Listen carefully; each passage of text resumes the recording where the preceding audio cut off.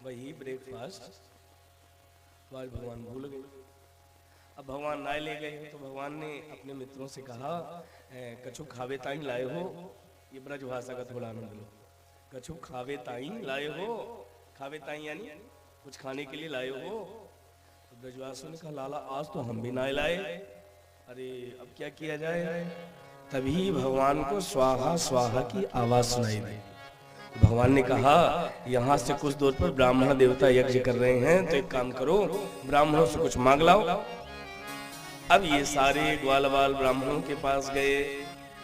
अब ब्राह्मण देवता कर रहे थे यज्ञ, और यज्ञ का नियम होता है कि यज्ञ से बीच में उठना भी नहीं चाहिए और बीच में बोलना भी नहीं चाहिए। ये पूजा पाठ का नियम है महाराज। लेकिन आजकल व्हाट्सएप भी चलाते जाएंगे, कथा भी सुनते जाएंगे।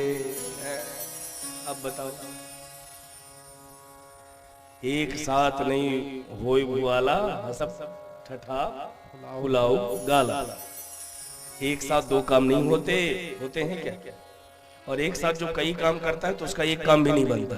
इसलिए एक समय में व्यक्ति को एक ही काम करना चाहिए। यज्ञ का नियम है, पूजा पाठ से उठना नहीं चाहिए और पूजा पाठ के बीच में बोलना भी नहीं चाहिए।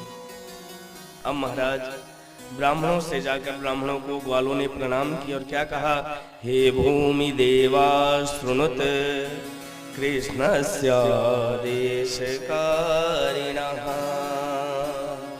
और क्या कहा, प्राप्तांजानीत भद्रं वो गोपाननो राम चोदिता। क्या कहा, हे भूमि देवा सुनतु। भूमि देवा यानी धरती के देवता कौन है? ब्राह्मण। हे ब्राह्मणों सुनिए, हम कृष्ण के सखा हैं। आज हमारे प्रभु कुछ खावे ताई नहीं लाए, तो हमको कुछ प्रसाद दे दो। तो देखो ब्राह्मण यज्ञ में थे तो बोल तो नहीं सकते थे, लेकिन आंख दिखाकर इशारे से कहा, भागो यहाँ से गवारियों, चले आए यहाँ कुछ लेने। अब बेचारे ग्वाल वाल मुंह लटकाकर भगवान के पास गए। तो भगवान ने कहा, कुछ खावे ताई लाए? तो ग्वाले ने कहा, हाँ लाए हैं, 4 अंगार, वही खा ली। अरे कैसे लोगों के पास भेज दिया? उन्होंने तो हमारी राम राम तक स्वीकार ना करी।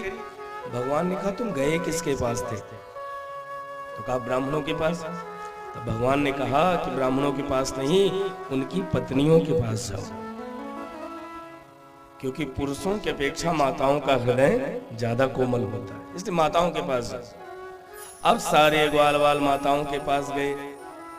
जैसी माताओं के पास गए तो माताओं को बताया कि माँ, आज हमारे ठाकुर जी भूखे हैं, तो कुछ खावे ताई बना दो।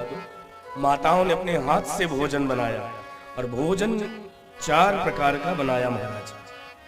4 प्रकार के भोजन होते हैं। 4 प्रकार के भोजन कौन से होते हैं?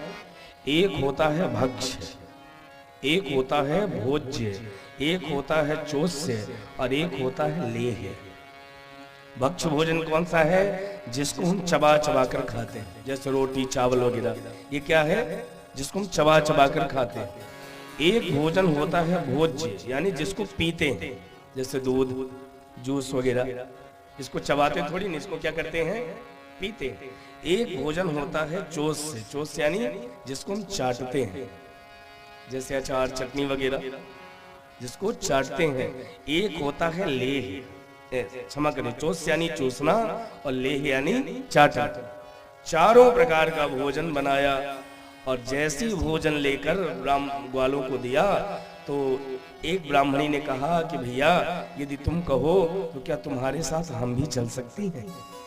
उन्होंने कहा, ये तो और अच्छा है, आप भी चलो। अब जैसी ब्राह्मणी कुटिया से बाहर निकली तो पंडित जी लोग तो यज्ञ करा रहे थे, लेकिन ध्यान तो कुटिया में ही था। तो ब्राह्मणी की ओर देखकर कहते हैं, कहाँ? इशारे से पूछा, कहाँ? ब्राह्मण ने कहा, अपना काम करो, हमको अपना काम करने दो। और सब लोग प्रसादी लेकर आ गए वहां जहां भगवान बैठे थे, और जैसे भगवान का दर्शन किया, आहा, भगवान श्री कृष्ण कदम्ब के वृक्ष के नीचे बैठे थे। अच्छा, भगवान के बैठने की अदा भी निराली। कैसे बैठे हैं? एक पैर पर एक पैर ऐसे, एक पैर पर ऐसे एक पैर चढ़ाए और होठों में बांसुरी रखे, और भगवान बांसुरी बजा रहे थे। और जब भगवान बांसुरी बजाते थे ना, तो जितनी भगवान की गौ माता रहती थी वो सारी गौ माताएं भगवान को घेर के खड़ी हो जाती थी। कई गौ माताएं तो उस समय भगवान को चाटने लगती थी। कई भगवान के छोटे छोटे बछड़े भगवान से आकर चिपक जाते थे। आहा, जरा आंख मूंद कर उस झांकी का दर्शन करें कि ठाकुर जी बांसुरी बजा रहे हैं और ये सारी गौ माताएं भगवान को घेर के खड़ी हैं। सुखदेव जी वर्णन करते हैं, श्यामम हिरण्य परिधिम वनमाल्यबरहा धातु प्रवाल लटवेश मनुव्रतांसे विन्यस्त हस्त मितरेण दुनाननाब्जम्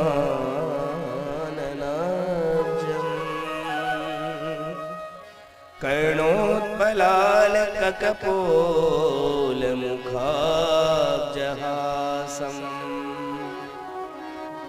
कानों में कर्णिका के पुष्प और गले में बैजंती की माला, सिर पर मोर मुकुट धारण किए हुए, पीतांबरी धारण किए हुए भगवान अधरों में बांसुरी रखकर मानो बांसुरी नहीं बजा रहे, मानो बांसुरी में प्राण फूंक रहे हैं।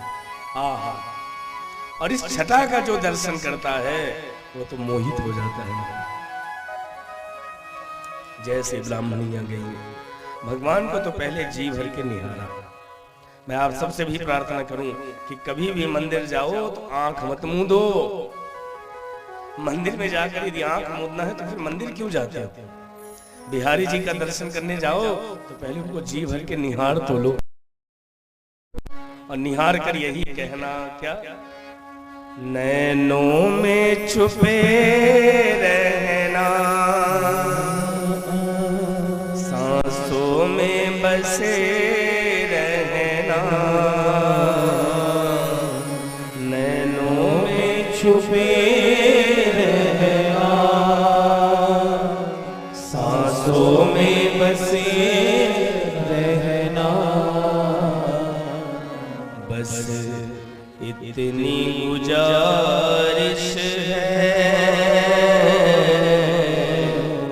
तुम साथ सदा रहना कान्हा, बस इतनी गुजारिश